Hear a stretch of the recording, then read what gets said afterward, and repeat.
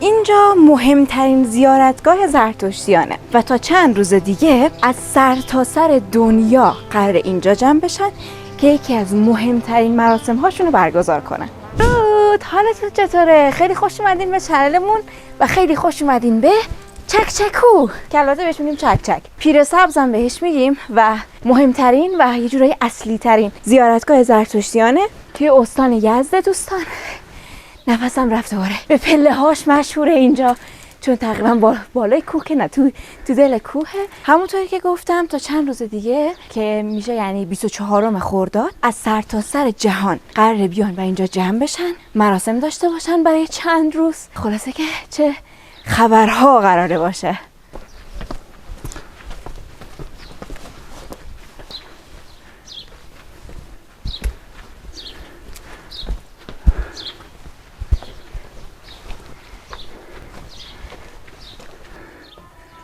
تنها جایی که با خر هنوز ما برم بالا اینجه.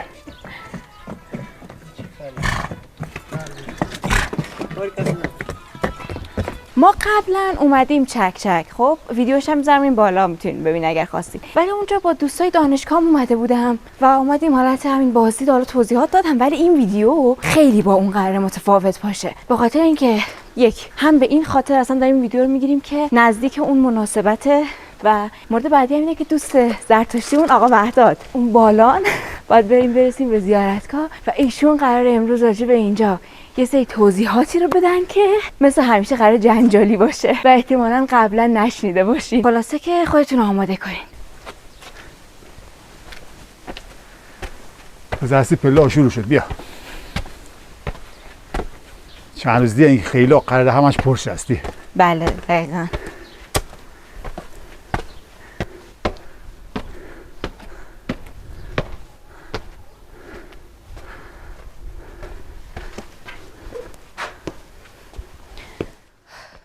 دوستان دلیل این که ما اومدیم جلو داریم ویدیو میگیریم و از خود مراسم ویدیو نمیگیریم اینه که نمیتونیم. خدا شاهده. یعنی اینجوریه که شاید بشه مثلا با یه روش‌هایی رفت توی مراسم حضور داشت ولی اجازه فیلم برداری ازش وجود نداره، در نتیجه که دیگه کاری از دست ما بر نمیاد.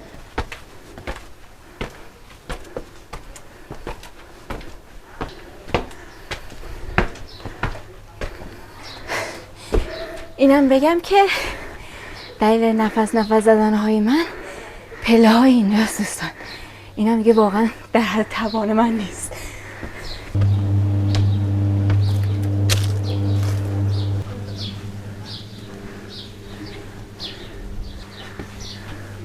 چه حالی هستی؟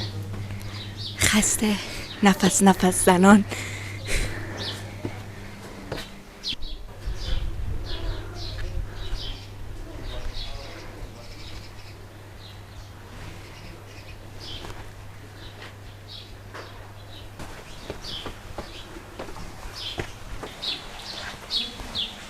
اینجا باید دمپایی بپوشیم و بریم تو.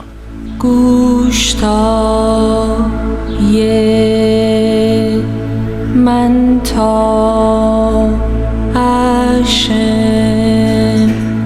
اهم بیش خب درود به آقا مهداد دوست عزیزمون که باز مزاحمتون شدیم. قرار امروز توضیحات بدم بهمون و همین ابتدا بگم دوستان این که این خدمات وی آی پی بگم ما الان تونستیم بیایم توی این بخش آتشکده مدین آقا مهدادیم.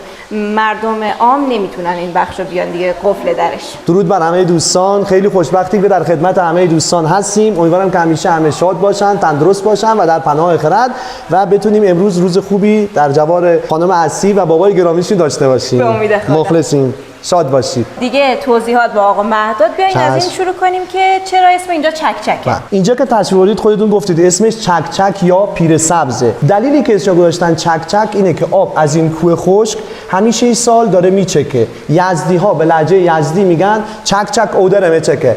منم بچه یزدم، تا حالا شاید بچه‌ها فکر نمی‌کردن من یزدی بلد باشم گفت بزنم. منم بچه یزدم. بله ما به یزدی میگیم چکچک اودره میچکه. ولی ما زرتشتی‌ها به اینجا میگیم پیر سبز. چون اینجا همیشه سبزه. سبز بودن نماد استقامت و بردباریه. اینجا نماد استقامت و بردباری یک بانوی ایرانیه که تسلیم اعراب نشد. ما برای اینجا دو تا داستان داریم. یکی داستانی که عامه مردم میگن و به تابلویی که اونجا هست نوشته شده و دیگری داستان واقعی اصل و ریشه اینجا. داستانی که عامه مردم میگن 1400 سال پیش آخرین پادشاه ساسانی کی بوده؟ یزدگرد سوم. بله، یزدگرد سوم. خانواده همسر و فرزندانی داشته. وقتی اعراب به ایران حمله میکنن میخواستن این خانواده را یا اسیر کنن یا بکشن و چون این خانواده نمیخواستن تسلیم اعراب بشن پناه میارن تو منطقه کویری ایران یزد که امن‌تر بوده. وقتی این خانواده منطقه کویری میرسن از همدیگه جدا میشن. یکی از این دختران به اسم نیکبانو میاد به این سمت، از کوه میاد بالا تا میرسه اینجا.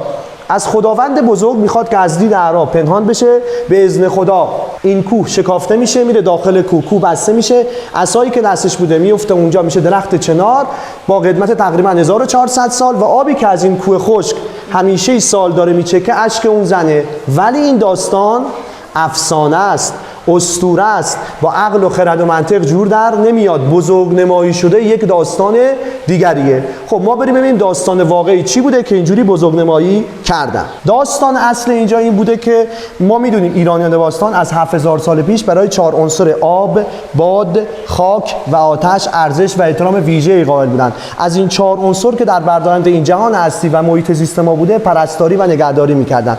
برای عنصر آب یه معابدی میساختن که اسمی رو میذاشتن معبد آناهیتا. آناهیتا الهه و فرشته آب بوده، نگهبان آبهای زیرزمینی بوده. ایرانیان باستان اعتقاد داشتن در کنار یک چشمه پر آب، کنار یک رودخانه پر آب یا جایی که آب به صورت عجیب به دست بیاد، الهه آناهیتا اونجاست و در اونجا معبد آناهیتا میساختن. شما اگه دقت کنید ما الان در ایران 2 تا معبد آناهیتا معروف داریم که بقایاش موجوده. شما میتونید برید ببینید. یک معبد آناهیتا کنگاور کجاست؟ کجا بود؟ در استان کرمانشاه. و دیگری معبد آناهیتا بیشاپور در بیشاپور کازرون استان پارس. حالا اینجایی که شما تشریف بردید چیزی که عجیب به نظر میرسه وجود عنصر آب در این کوه خشکه. این کوه خشک همیشه سال آب داره ولی کوههای روبرو، کوههای اطرافش کدوم آب نداره. پس عجیب به نظر میرسه و اعتقاد داشتن که الهه آب، فرشته آب آناهیتا اینجاست. در واقع اصل اینجا، ریشه اینجا معبد آناهیتایی است با قدمت بالای 4000 سال. حالا وقتی برگردیم به 1400 سال پیش، زمانی که دختر یزدگرد سوم نیکبانو شاهدخت ایرانی داشته میمده به این سمت، میدونسته که در این کوه معبد آناهیتاست. تو معبد آناهیتا چی وجود داره؟ آب مایه زندگی اومده اینجا و اینجا پناهگاهش بوده. یه مدتی اینجا زندگی کرده تا بعد درگذشته و مرده. خب نیکبانو بزرگ ایرانی بوده، شاهزاده ایرانی بوده، دوست داشته از خود یادگاری به جا بذاره. بهترین یادگاری از خود به جا گذاشتن تو این شرایط کاشت یک درخته. حالا به نظر شما نیکبانو، بانوی ایرانی، شاهزاده ایرانی دوست داشته چه درختی بکاره؟ چه درختی نماد ایرانیه؟ سرو. بله، سرو چون همیشه سبز، سربلنده و یک رنگه. دوست داشته درخت سرو که نماد ایرانیه اینجا بکاره. ولی قاعدتاً تو شرایط نهال درخت سرو در اختیار نداشته. از پایین کوه چوبی را از درختی کنده که چنار بوده. اون چوب به عنوان عصا هم استفاده کرده، از کوه اومده بالا، چوب تر بوده، چوب اونجا کاشته، آب هم که اینجا موجود بوده، اون چوب گرفته رویده و همیشه درخت چناری با قدمت 1400 سال. آب هم که همیشه اینجا بوده. این داستان اصل اینجاست. یه سوال داشتم این وسط دقیقاً. یه چیزی که شنیدم این بود که روسری، چارقد، یه چیزی از این مایه ها اینجا پیدا کرده بودن. ببینید اینا که کلا خرافات از دیدگاه بنده. حالا شاید خیلی‌ها بگن که من اشتباه فکر می‌کنم اینا، ولی خب دین زرتشتی و دین بهی دین خردگراییه و اینکه روسری 1400 سال پیش اینجا مونده باشه، اونا کرده باشن، اصلا یه چیز از دیدگاه من غیر منطقی و خارج از عقله. پس اینا در واقع خرافات هست. خب کشور ما، مردم ما دوست داشتن خرافات باشه، یه جوری بزرگنمایی کردن. خب یه جورایی هم ما حق میدیم به مردم 1400 سال به این ور، چون بالاخره برای حفظ اینجا مجبور بودن یه کارایی بکنن، یه بزرگنمایی انجام بدن که بگن آقا اینجا مثلا مقدس‌تر هست و اینا. ولی خب ریشش گفتم اینجا معبد آناهیتایی بوده که نیکبانو اومده اینجا و اینجا پناهگاهش بوده و این درخت چنار حالا به دست ایشون کاشته شده. برای اینجا ما زرتشتی‌ها یه تاریخ قراردادی مشخص کردیم که این تاریخ خاصی نیست، فقط قراردادیه. میگن هر ساله از 24 تا 28 خرداد، یعنی 5 روز، 24 25 26 27 27م و 28م 5 روز میان اینجا زیارت.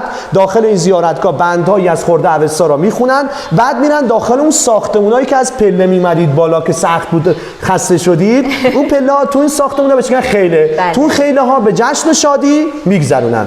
خیلی ها از من هی میپرسن که آقا میایید اینجا زیارت چیکار میکنید؟ خیلی ها میگن حاجی میشید، حاجی نمیشید، چیه اینجا کعبه است حاجی میشید؟ نه، ما زرتشتی ها اصلا چیزی به اسم حاجی شدن نداریم. گفتم میان اینجا بندای از اوستا را میخونن یا خرده اوستا. من کوتاه‌ترین بند اوستا که به زبان اوستایی برای شما میخونم، بعد ترجمه فارسیش هم میگن. کلا وقتی زرتشتی ها میان اینجا، حالا اگه شما دقت کنید ما کلاه سر گذاشتیم توی این مکان، چون اعتقاد داشتن میگن که آقا شما وقتی وارد یک مکان مذهبی میشید نباید چیزی از بدن شما جدا بشه که باعث آلودگی اینجا بشه. خب حالا چون اینجا یک مکان مذهبی است، موی ما نباید بریزه روی زمین که مثلا حالا میگن مردا کلاه سر بذارن و خانما روسری سر بکنن. دلیل پوشش مو به خاطر اینه. حالا گفتم با دستای برافراشته زرتشتیان بندای از خرده اوستا رو میخونن. من کوتاه‌تر نشه برای شما میخونم. به نام اورمزد بخشاینده بخشایشگر مهربان، اشم و هو و ایشتمستی اوشتا استی اوشتا احمایی هیئت اشایی و ایشتای اشم. این کوتاه‌ترین بند اوستا بود که به زبان اوستاییه و شما متوجه نشید. حالا معنیش راستی بهترین است، راستی نیکی است، راستی خوشبختی است، خوشبختی از آن کسی است که خواهان بهترین راستی باشد. این معنای کوتاه‌ترین بند اوستا بود. بندهای دیگه هم اگه دوست داشتن میخونن و بعد به جشن شادی میگذرونن. حالا شما وقتی میایید داخل اومدید تو این فضا یه چیزایی رو دارید میبینید. مثلا یه 3 تا شعله روشن آتش رو دارید اینجا میبینید و اون قسمت یه گل 12 برگا میبینید. این 3 تا شعله روشن آتش رو که دارید میبینید با روغن مایع معمولی داره میسوزه. چیز خاصی نیست. روغنش تموم شد روغن اضافه میکنن، از اینجا خاموش شد دوباره روشنش میکنن. بله روغن. و اگه روغن اضافه هم از شیر تخنی هم داره. خب حالا این که برای روغنه چیز خاصی نیست. فقط 3 بخش داره. 1 2 3. یک بخش در بالاتر، 2 بخش همسط. در فرهنگ ایرانی 3 بخشی بودن. اونی که بالاتر اندیشه نیک، دوم گفتار نیک، سوم کردار نیک. خواهش میکنم همیشه همه ایرانیان بگن اندیشه، نگن پندار. پندار از پنداشتن، توهم و وهم و خیال میاد. هدف ما اندیشیدن هست. به زبان اوستایی میگن همت، هوخت، هورش. خب پس واژه درست همت اندیشه نیکه. خواهش میگم همیشه بگید اندیشه نیک، گفتار نیک و کردار نیک. پس اندیشه اولویتش بالاتره. تا اندیشه نیک نباشه گفتار و کردار نیک نمیشه. دوستان یه چیزی هم خودم این وسط اضافه کنم راجع به این ستایی بودنه که ما حتی قبل از زرتشت، یعنی وقتی نگاه میکنیم توی یه سازه های عجیب غریب مال دوران ایران باستان قبل از زرتشت هم شما اینو میبینین و چیزی که من خوندم این بود که این 3 تا بخش نشون دهنده اهورامزدا، میترا یا مهر و آناهیتا بودن. 3 تا خدای اصلی و مهم اون دوران در گذشته قبل از اینکه زرتشت بیاد. و اگر پس توی بناهای خیلی قدیمی مثلا برای تمدن‌های اولیه شما این 3 بخشیه رو دیدین، چون گاهی وقتا مثلا 3 تا سکوه یه همچین حالتیه، بدونین که نشونه اینم بوده. خب یه نکته من بگم به شما، اینی که شما الان گفتید از دیدگاه من کاملا اشتباه بود. چرا؟ که اهورامزدا، آناهیتا و میترا. خب ببین اصلا در فرهنگ ایرانی هیچ وقت زرتشت هیچ نمادی چیز نبوده که بگم مثلا تو آتش جاش بدن براش، یا مثلا بگن اول زرتشت بوده بعد آناهیتا بوده و میترا بوده. زرتشت اصلا لول یعنی اهورامزدا لول نداشته. یه واژه انتخاب کردن برای اهورامزدا که هیچ نمادی شما نمیتونی براش قائل باشی. در مقابلش هم چیز دیگه نمیتونی قرار بشه بگی مثلا اهورامزدا بالاتر، آناهیتا و میترا پایین‌تره. واژه اهورامزدا از واژه اهورا به معنی هستی بخش، مز بزرگ، دا یعنی دانایی. پس اهورامزدا یعنی دانای بزرگ هستی بخش. هیچ وقت در مرتبه آناهیتا و میترا اصلا قرار نمیگرفته که با هم قیاس بشه. اصلا در فرهنگ ایرانی ما اینجور چیز نداریم. هر جا شما 3 بخشی را دیدید هیچ وقت نگید اهورامزدا، آناهیتا، میترا. حتما بگید اندیشه نیک، گفتار نیک و کردار نیک. هر جا 4 تا دیدید، نمادهای 4 تایی دیدید به نشانه 4 عنصر آب، باد، خاک و آتشه. هر جا نماد 6 تایی دیدید، مثلا 6 نه 6 امشا نه، نماد 6 تایی نماد اون 6 دوره‌ای که اون جهان هستی اعتقاد داشتن آفریده، یا 6 دوره‌ای که برگزاری جشن گاهانبار هست. میدیو زرم، میدیو شهم، پیت شهم، ایاسرم، میدیاریم، همسبت میدیم. پس هر وقت این اعداد رو دیدید اینجوریه. پس هیچ وقت خواهش میکنم به اشتباه نگید اهورامزدا، آناهیتا و میترا. حتما اندیشه نیک، گفتار نیک و کردار نیک. حالا دومین چیزی هم که اینجا هست من نشونتون بدم، یک گل 12 برگ فلزی هست. لوتوس نیلوفر بله، آبی. اسم این گل هست گل نیلوفر آبی یا لوتوس. اصلش نماد این 12 برگ بودن، 12 نشان اون 12 ماه ساله همیشه. 12 ماه سال، 12 برگ بودن نماد 12 ماه سال و کلا گل نیلوفر آبی یا لوتوس نماد صلح، دوستی و آرامشه. به این معنا که ما ایرانی‌ها کل سال را به صلح و دوستی و آرامش در کنار هم دیگه زندگی کنیم. شما اگه تشریف برده باشی پارسه یا پرسپولیس یا تخت جمشید، کنده‌کاری‌های گل نیلوفر که نماد صلح و دوستیه اونجا می‌بینید. تقریبا همه جاش هست. اینجا هم به وفور هست، فقط این نیست. پشت سر بابای گرامی شما آره. گل نیلوفر آبی روی این فلز زرد حک شده. هر جا درم هست. بله، رو درم اونجا هست، اونجا هست، زیاد حک شده گل نیلوفر آبی. این یه توضیح مختصری درباره چکچک بود. حالا اگه سوالی چیزی دارید در خدمت شما هستیم. خب یه سوالی که بفرمایید. دارم اینه که گفتیم 5 روز مراسمه و یعنی میان این 5 روز تو همون خیله ها میمونن میخوابن همه چی. ببینید اگر دوست دارن، یک کسی دوست داره 1 ساعت بیاد، یک کسی دوست داره 5 روز باشه اینجا، هیچ اجباری در هیچ کاری نیست.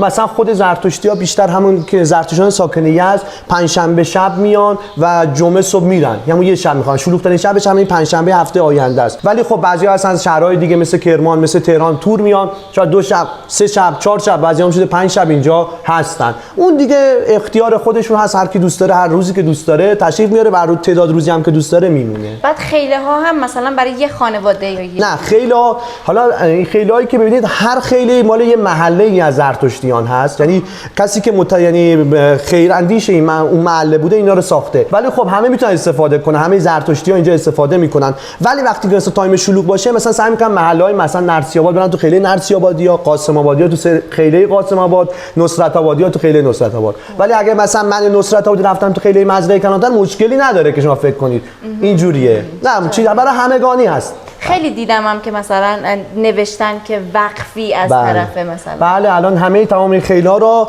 آدمای خیراندیش و نیکاندیش یعنی اینجا با خرج خودشون ساختن و ساخت و ساز واقعا در اینجا خیلی سخته. مخصوصا بالا آوردن مساله به اینجا فوق‌العاده سخته. الاغ اتفاق بله اون پایین شاید اگه شما دیده باشید الاغی بود که داشتن ماسه بارش می‌کردن که بیاد بالا. یه سوال دیگه هم که برام پیش میاد اینه که نمیدونم چجوری بگم، مثلا الان زرتشتیان به آناهیتا، الهه آناهیتا اونجوری اعتقاد دارن؟ ببینید نگید زرتشتی‌ها، الهه آناهیتا الهه آب بوده. ایرانیان از قدیم حالا آب رو دوست داشتن، بعد خب نور و روشنایی و گرما هم که حالا میترا هم باشه دوستش دارن. خب همه دنیا در واقع دوستش دارن. من حالا توی جای دیگه هم بود گفتم شما نکنید مثلا هنوز که هنوزه ایرانیان قدیم مثلا پیرمردا پیرزنا صبح که میشه میان در خونهشون آب میریزن، یا میان پشت سر مسافر یا آبی میریزن، یا میان چیکار میکنن مغازه که باز میکنن آب میریزن.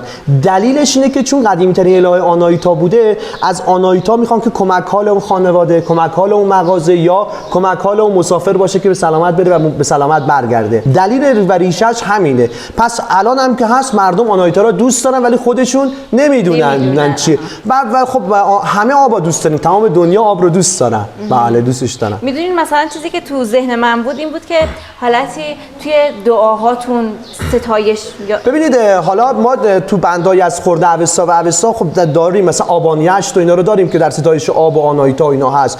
ولی خب مردم که نمیخونن، حالا اون موبدان میخونن و اینا. میگم الان ما برای عناصر طبیعی ارزش و احترام قائل هستیم. ما ایرانی‌ها سعی میکنیم این 4 عنصر آب و خاک و باد و آتش رو حداقل آلوده نکنن، از محیط زیستمون پرستاری کنیم. واقعا رسم ایرانی همیشه این بوده.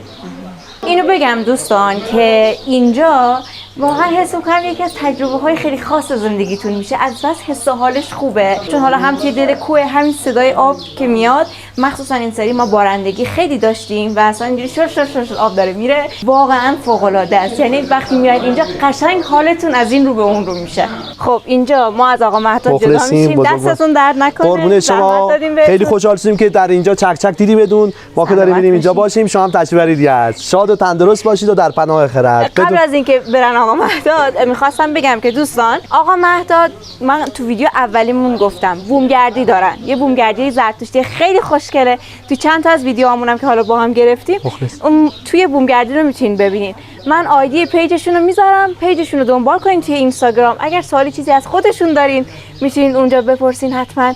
و خلاصه که توی پیجشون هم کلی ویدیوی آموزشی راجع به آیین زرتشت هست، پس پیشنهاد میدم بهتون. بازم دستتون درد ما مخلصیم، بزرگوارید، شاد و تندرست باشید. ما سعی می‌کنیم همیشه مردم را به آیین و ریشه خودشون که ایرانی بودن هست و آشنا کنیم. درود بر شاد و تندرست باشید. خداحافظ. دوستان. اون تاریخ 24 تا 28 خرداد که واقعیت نمیتونین بیاین، ولی توی نوروز اگر بیاین اینجا سیاه جمعیته، انقدر شلوغه که اصلا باورتون نمیشه.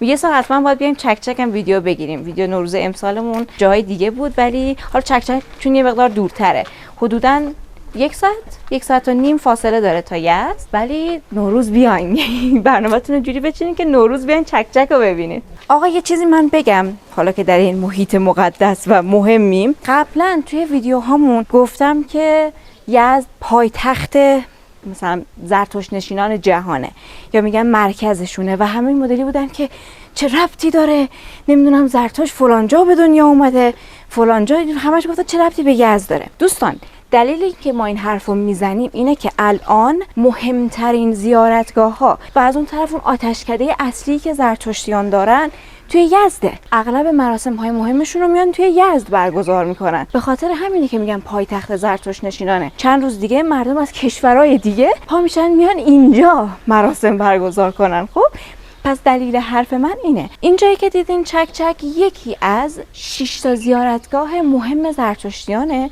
ما از اون 5 تای دیگه قبلا ویدیو ساختیم، من پلیلیستش رو میذارم این بالا، میتونید به این تماشا کنید، اون ویدیوها رو هم، داستان اونا رو هم ببینید. خلاصه گفتم من دلیل این حرفم هم به شما بگم. بی نهایت سپاسگزارم از این که تا انتهای این ویدیو هم همراهمون بودین.